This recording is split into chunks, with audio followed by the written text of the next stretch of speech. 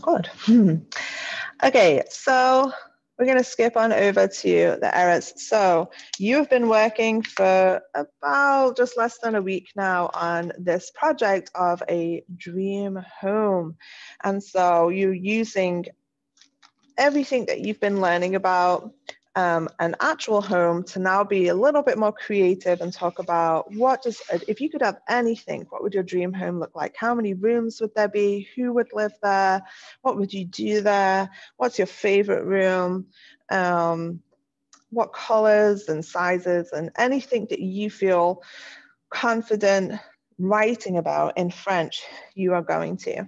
And so we're spending a little bit more time than we usually would, than like a free write or whatever, to actually think about our sentences and write the best French that we possibly can. Once you have submitted those, I have been giving feedback, and today's your last day really to get that feedback on those sentences to see even though they might be comprehensible and we understand them, if maybe we can just make them a little bit better with our spelling or our word order or our sentence structures, okay? Because it's not just a one-off 10-minute thing. We're taking a week to work on this. James, I'm going to ask you to just turn your camera off, but I got you, okay? Merci. So on the screen in front of you, you can see 5 sentences. 1, 2, 3, 4, 5. These are all examples, good examples of student sentences, which are not bad. They are some decent, well, one of them isn't a sentence actually, which is a good example of you can submit work for this project, which even at French 1 at this point, is not even a whole sentence. It's like a word or a phrase.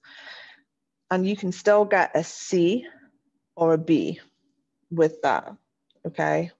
The A range is where we have sentences. So we always aim high, but do whatever you are able to do, which is your honest work. So when I pass you back feedback, I give you some corrections. I'm giving you some help, like, hey, I would change this, and this is how you spell this, or whatever. But some I want you to problem solve and figure out for yourself, so that it's not all my work, it's still your work. You still take ownership and show me what you understand in French. So when I pass you back the work, you're going to see some markings on your page, okay, digitally. And they're going to look like this. So you might have a squiggly line, a double underline, caret,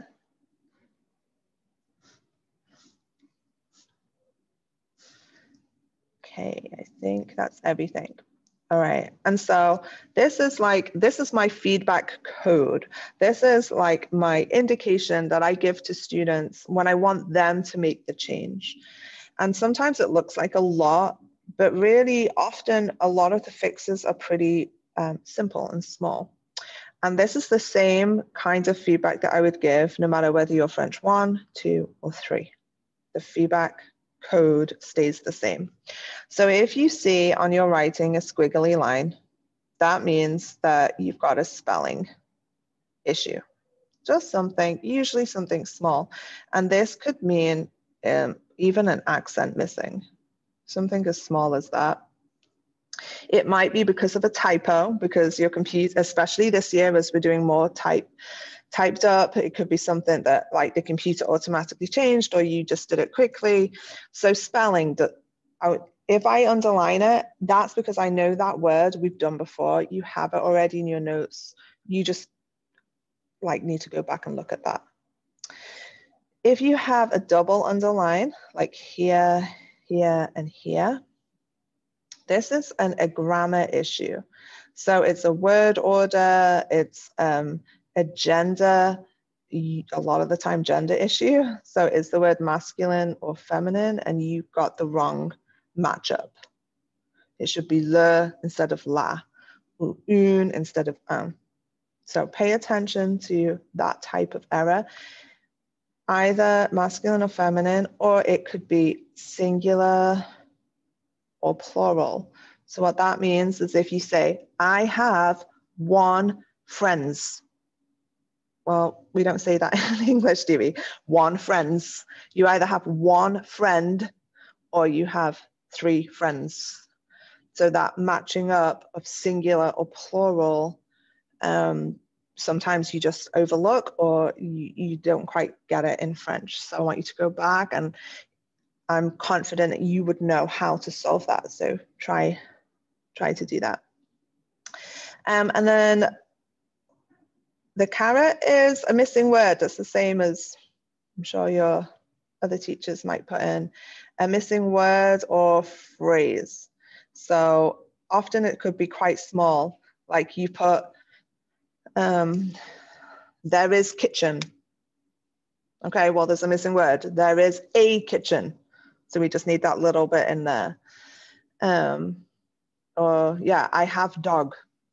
Okay, I have a dog. So a little thing. Or your sentence is a dog. Okay, well, a missing phrase would be I have a dog. So those are some examples of the things that you would see. Spelling, grammar, or missing word phrase. Those are the big things. So on the screen now we have 1, 2, 3, 4, 5, and they all have just some errors. So I want you to take a minute to try to understand. You can use your notes or not. Just try to figure out what the errors are and can you fix them. Okay, so you're gonna take a minute and then we're gonna use the chat to try to explain what that is. And you can just type in the chat directly to me if you want, so that not everybody can see. And then I'll go through them together. So 1 minute and then we'll go through the answers.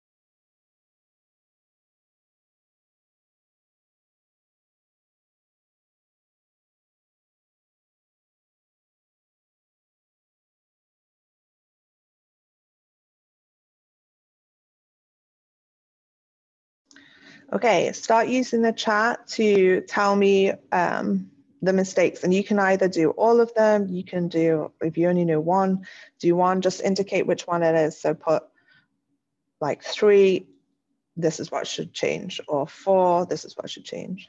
Okay, so I'm going to give you another minute to try to write as many of the corrections as you can.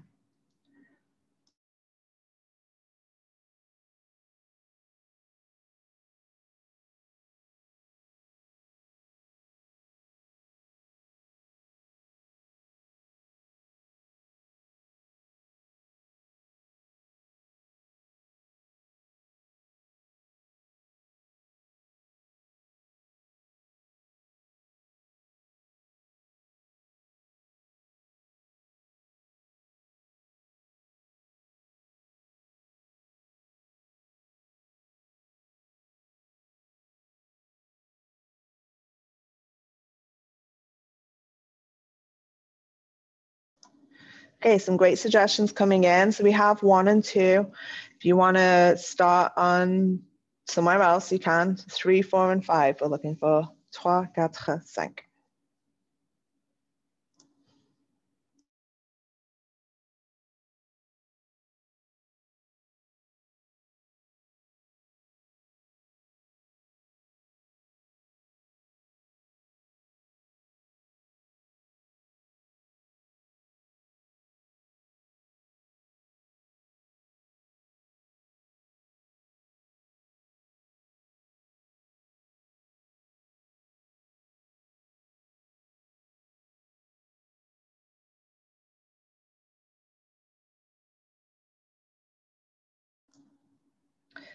Okay, so I'm going to go through these, and if you think you know, then still just keep using the chat for this. Like I said, these examples are taken from French 1 students. So these are common errors. These are things that you can use in your own writing. So numéro 1, il y a 5 étages. It's a spelling, and you're right, the people that wrote in the chat, it should have an accent right there, étage. Numéro 2, il y a une cuisine et 3 salons. It's missing a couple of things. So cuisine is feminine, so it should be une cuisine. There's a difference in pronunciation as well between un cuisine and une cuisine. It is feminine. And then salon, we have 3, trois, so it should have an S. Voilà. So numéro 3, a little more difficult because we only have 2 words. So it's grand jardin. Jardin is actually masculine, so we don't need the grand. We don't need the E, sorry, to make it feminine. So grand jardin, and then that is okay just as a phrase. That would get you like a C. If every one of your descriptions of your house was like that, you'd be in the C range. Okay, so grand jardin, big garden. But there's different ways that we could write, make that into a sentence. Like there is a big garden, or I have a big garden. So really, to make this even better, we could say, il y a un grand jardin. Or we could say, j'ai un grand jardin. So there is, il y a is there is, j'ai is I have. Both of those would work fine. And I'm not going to tell you which one to use. I just want you to make that choice. Numéro 5. Excellent. Lots of people have identified that we don't spell chambre like that. The R and the E are the wrong way around. So it should be like this. Il y a 5 chambres. Excellent. Lovely, short, simple sentence. That could have been a typo that the computer changed, or it could be just typed fast. Either way, I know that you know that word. And as I can see in the chat, a lot of you know that word. So I'm not going to tell you the correction. I'm going to just indicate you need to make that correction. All right, last one. Numéro 5. So this one's a little harder again. Again, this is a decent sentence, phrase / sentence. Sous-sol, il y a un cinéma. So it's missing something because this says basement, there's a movie theater.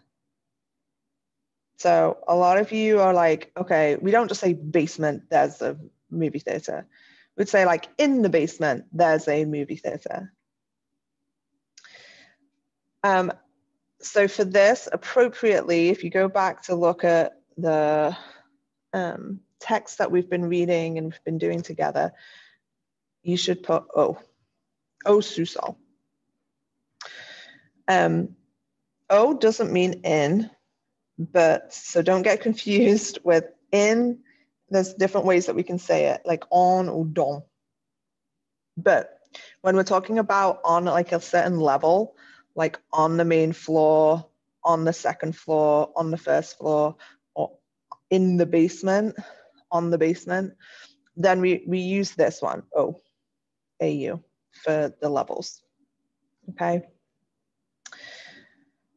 So thank you for helping me to make those changes.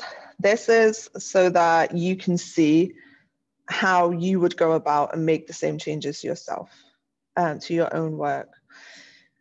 The last thing to bear in mind with this, though, is regardless of these changes, if you read each of those sentences, even with the errors, you can 100% understand what that student is trying to say. I can read those sentences and I get the meaning. So in terms of comprehension, all of those sentences are an A. Okay, apart from number 3, that's like a B/C. 1, 2, 4, and 5 are all A. and especially even in comprehension. The reason why I'm getting you to practice right now at this point in semester 2, like let's make it a little bit better, is because I don't want us to become too sloppy. Just because we understand doesn't mean we can't work on our spelling a little bit, our grammar, our sentence structures just a little bit, because this is not just a one-day assignment, this is a one-week assignment. So you're working on it and paying a little bit more attention to the detail than we usually would. But regardless of that, it's still comprehensible. Okay, I'm going to stop the recording because that's all that I needed to record.